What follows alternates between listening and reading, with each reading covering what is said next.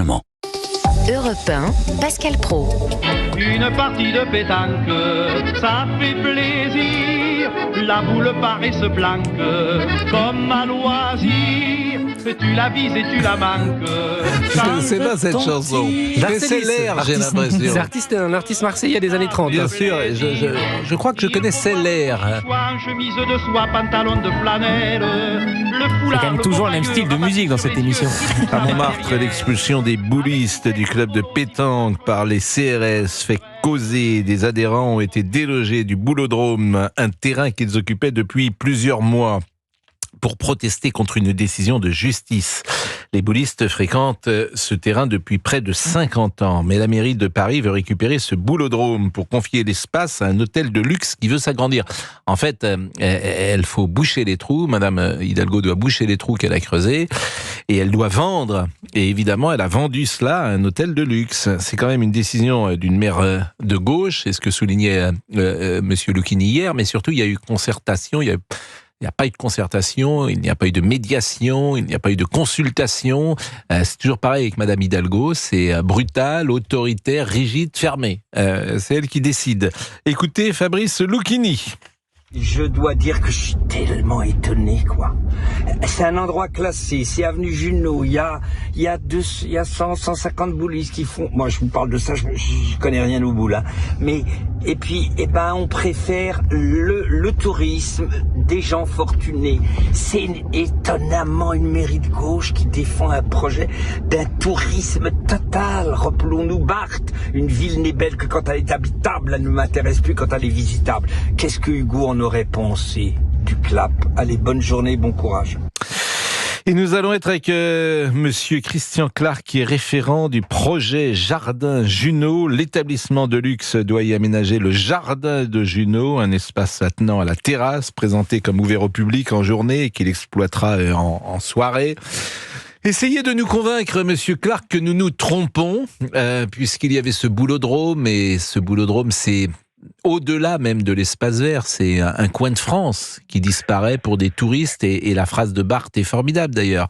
Une ville, elle est habitable, elle n'est pas visitable. Un hôtel de luxe dans Paris, un de plus, j'ai envie de dire, alors qu'il y avait ces gens qui étaient là depuis des années. Bonjour Monsieur Clark et merci d'être avec nous. Bonjour Pascal, bonjour à tous. Je suis ravi de pouvoir échanger avec vous. Essayez de nous convaincre. Qu'avez-vous pour votre défense à dire ? En fait, ça va être très simple parce que vous avez raconté pratiquement n'importe quoi. En gros, rare. je vais vous expliquer. C'est un terrain public qui appartient à la ville. C'est un ancien square qui a été privatisé pendant 50 ans par une association de pétanque sans droit ni titre. Et d'après le président de la République de Montmartre, c'est un détournement de fonds à hauteur de 1 800 000 euros qui aurait été détourné pendant 50 ans. La deuxième chose, c'est qu'il y a eu plein de consultations. D'abord, c'est un projet qui a été lancé par la mairie de Paris, pour lequel le Jardin Junot a été retenu. Ensuite, ça a été voté en Conseil de Paris et confirmé par le Conseil d'État. Et enfin, il y a eu une réunion entre l'association de pétanque et le projet Jardin Junot au sein de la mairie du 18e. Et malheureusement, ce projet de conciliation avec le CLAP n'a pas été retenu par l'association. Et donc, pour un peu vous redire le projet, donc c'est un terrain public qu'on va réouvrir au public.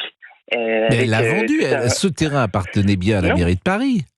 Ce terrain appartient à la mairie de Paris, il n'a pas du tout été vendu. Il est vendu, c'est 60 000 euros par an, vous allez avoir, je crois, c'est bien ça? Vous allez payer 60 000 euros par an pour l'utiliser? Oui, bien sûr, c'est une concession à la ville de Paris, comme vous pouvez aller... Donc le terrain n'est pas vendu, en fait c'est pour... J'entends bien, mais c'est pour éponger les trous. Alors vous ne dites pas vendu, je suis d'accord avec vous, il n'est pas vendu, mais c'est quand même pour éponger les trous et récupérer 60 000 euros par an. Oui, parce qu'en fait la mairie a l'obligation de faire des appels à projets sur des terrains publics. Donc c'est une obligation de la mairie. Et donc pour une fois que Anne Hidalgo fait quelque chose de bien, on peut que la soutenir. Et pour revenir sur moi je trouve ça dommage pour ces boulistes qui sont là depuis 50 ans. Et puis je vous dis, c'est autre chose.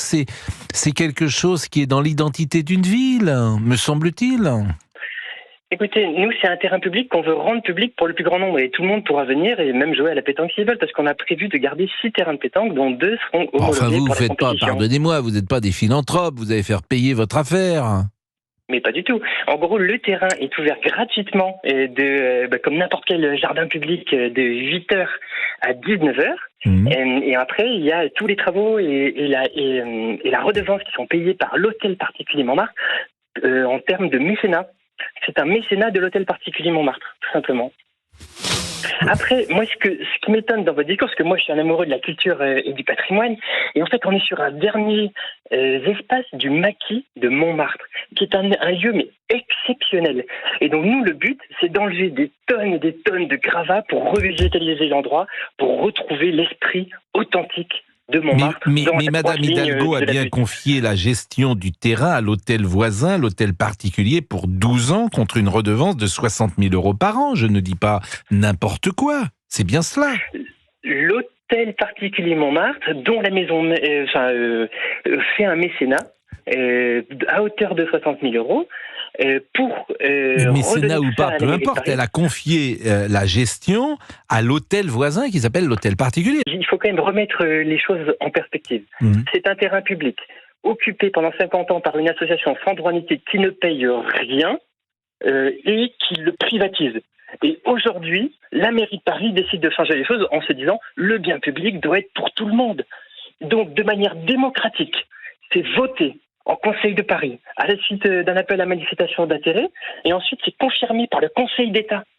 Qu'est-ce que vous voulez qu'on fasse de plus démocratique que ça ? Et en plus, Maxime Lioger, qui est responsable communication du club, va vous répondre, et puis chacun va essayer de se faire son avis à travers cette discussion. Il est 11h57, donc je pense qu'il y aura d'abord la pause publicitaire et ensuite... Exactement.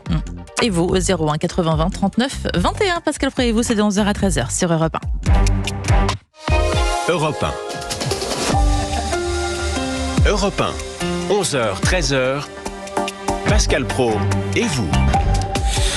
Nous sommes dans cette deuxième heure pour parler de ce qui se passe à Montmartre, l'expulsion des boulistes du club de pétanque par les CRS qui fait parler. Alors on était il y a une seconde et on lui donnait la parole avec Christian Clark qui défend le nouveau projet Juno et qui nous dit que c'est absolument formidable, que la mairie récupère un espace public qui était squatté, si j'ose dire, par les boulistes depuis 50 ans, qui ne payaient rien et qui l'utilisaient à leur propre fin pour les boulistes et non pas pour l'ensemble de la population. Maxime Liogier, qui est responsable communication du CLAP, le club L'Épic Abbesse Pétanque. Bonjour Monsieur Liogier. Bonjour Monsieur Praud. Expliquez-nous les raisons pour lesquelles vous n'êtes pas d'accord sans doute avec Monsieur Clark que vous avez écouté il y a quelques secondes. En fait, on entend beaucoup de contre-vérités, à commencer par le fait que le CLAP serait un occupant sans droit ni titre. Moi, je connais pas beaucoup d'associations qui occupent un terrain depuis